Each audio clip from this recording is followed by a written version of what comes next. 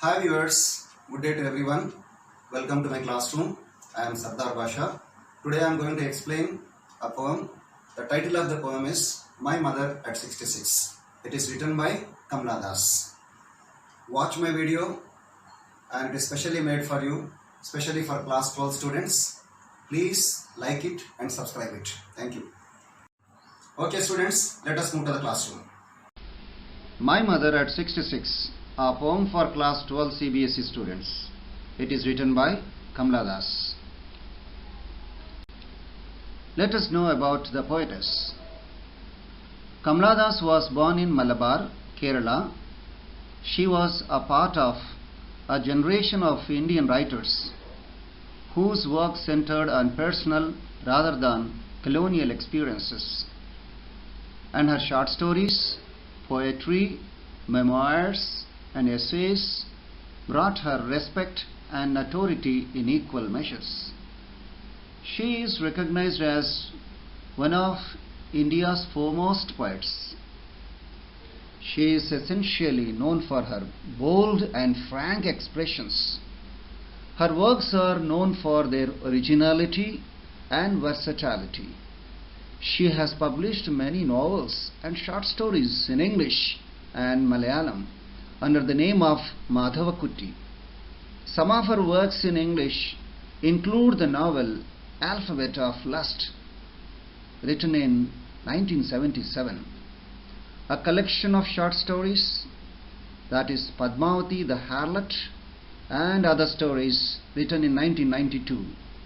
In addition to 5 books of poetry, she is a sensitive writer who captures the complex subtleties of human relationships. The prominent features of her poetry are an acute obsession with love and the use of confession. The main theme of her poetry is based upon freedom, love, and protection. My Mother at 66 is an example of her nature. Aging is an important phase of human life. A person enters his childhood, experiences youth when he is full of energy, and dreams to have luxury of life. Finally, he approaches his old age and encounters death. Relationship between people becomes stronger at every aspect of life, and they can't bear separation due to aging. Now let us concentrate on central idea and theme. The central idea of the poem, My Mother at 66, is based on the fears of the narrator of losing her mother due to declining health and loss of energy, which accompanies old age. The poetess undergoes a plethora of emotions when she sees her mother aging and feels the pangs of separation at the thought of losing her. She brings out a common paradox of human relationships and portrays a sensational separation of a mother and a daughter. She has been able to capture almost all the emotions which a daughter is filled with on bidding farewell to her beloved mother. On the other hand, this poem is in the form of narrative of 14 lines written as a single sentence. This is called enjambment. This indicates the single thread of thought, that is, loss of beauty, charm, approaching death and decay. This is a poignant expression of fear and also Kamla's views on inescapable aging, decay, and the ultimate end. Now let us see the poem at a glance. Driving from my parents' home to Cochin last Friday morning, I saw my mother beside me, doors open-mouthed, her face ashen like that of a corpse, and realized with pain that she was as old as she looked, but soon put that thought away, and looked out at young trees sprinting, the merry children spilling out of their homes. But after the airport's security check, Standing a few yards away, I looked again at her, wan, pale as a late winter's moon, and felt that old familiar ache, my childhood's fear. But all I said was, "See you soon, Amma." All I did was smile and smile and smile.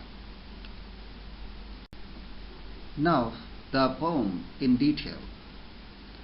Driving from my parents' home to Cochin last Friday morning. In these lines, Kamala Das explains that once she visited her parents' house and spent a few days with her mother in Cochin. And it was the last Friday morning when the narrator was driving from her parents' home to Cochin airport. Her old mother was beside her in the car. She looked at her mother closely, who was seated beside her in the car. She was dozing, means sleeping with her mouth wide open. Her face looked pale like ash and lifeless like a corpse, that is, dead body. The narrator realized that her mother was old. She felt pain and sympathy for her. Her mother needed love, affection, and care at this age. This very thought disturbed the narrator so much.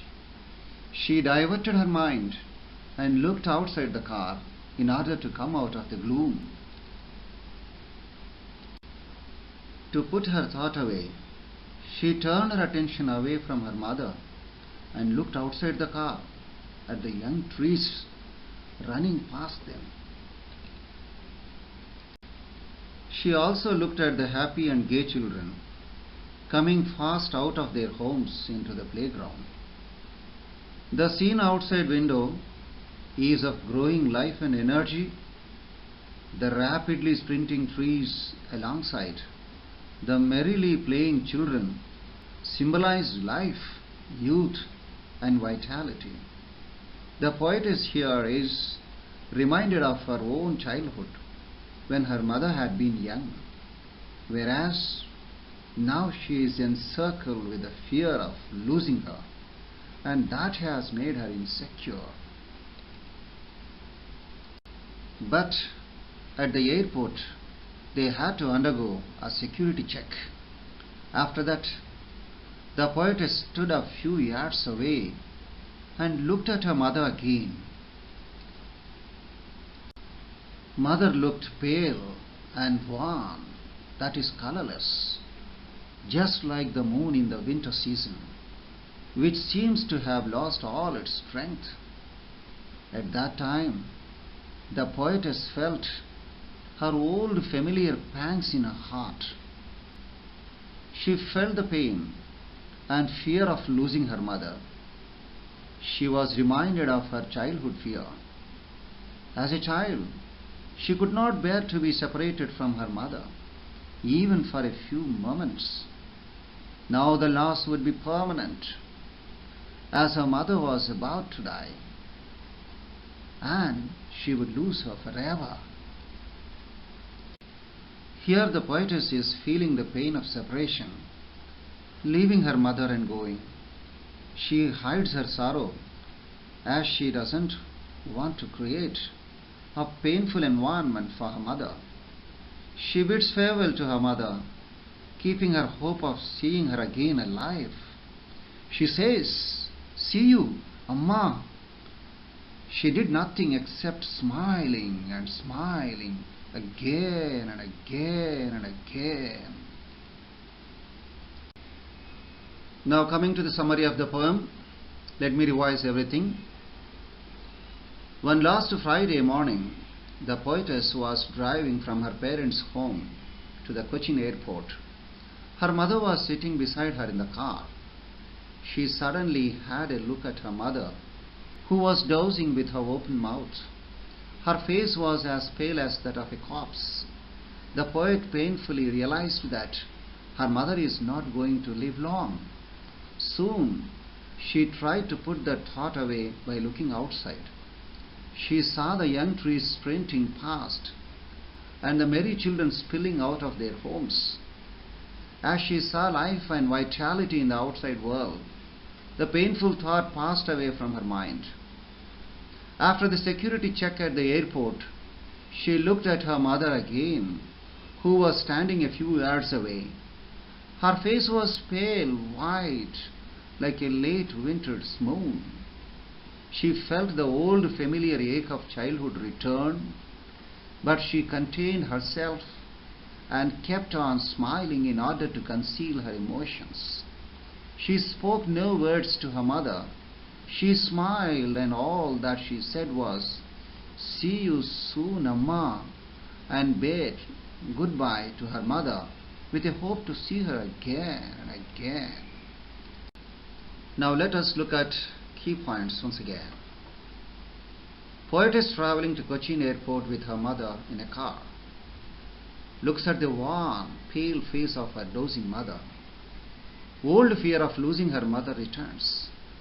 Sprinting trees and merry children provide the contrast and relief.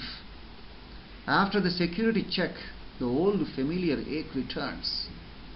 Tries to hide her emotions by smiling.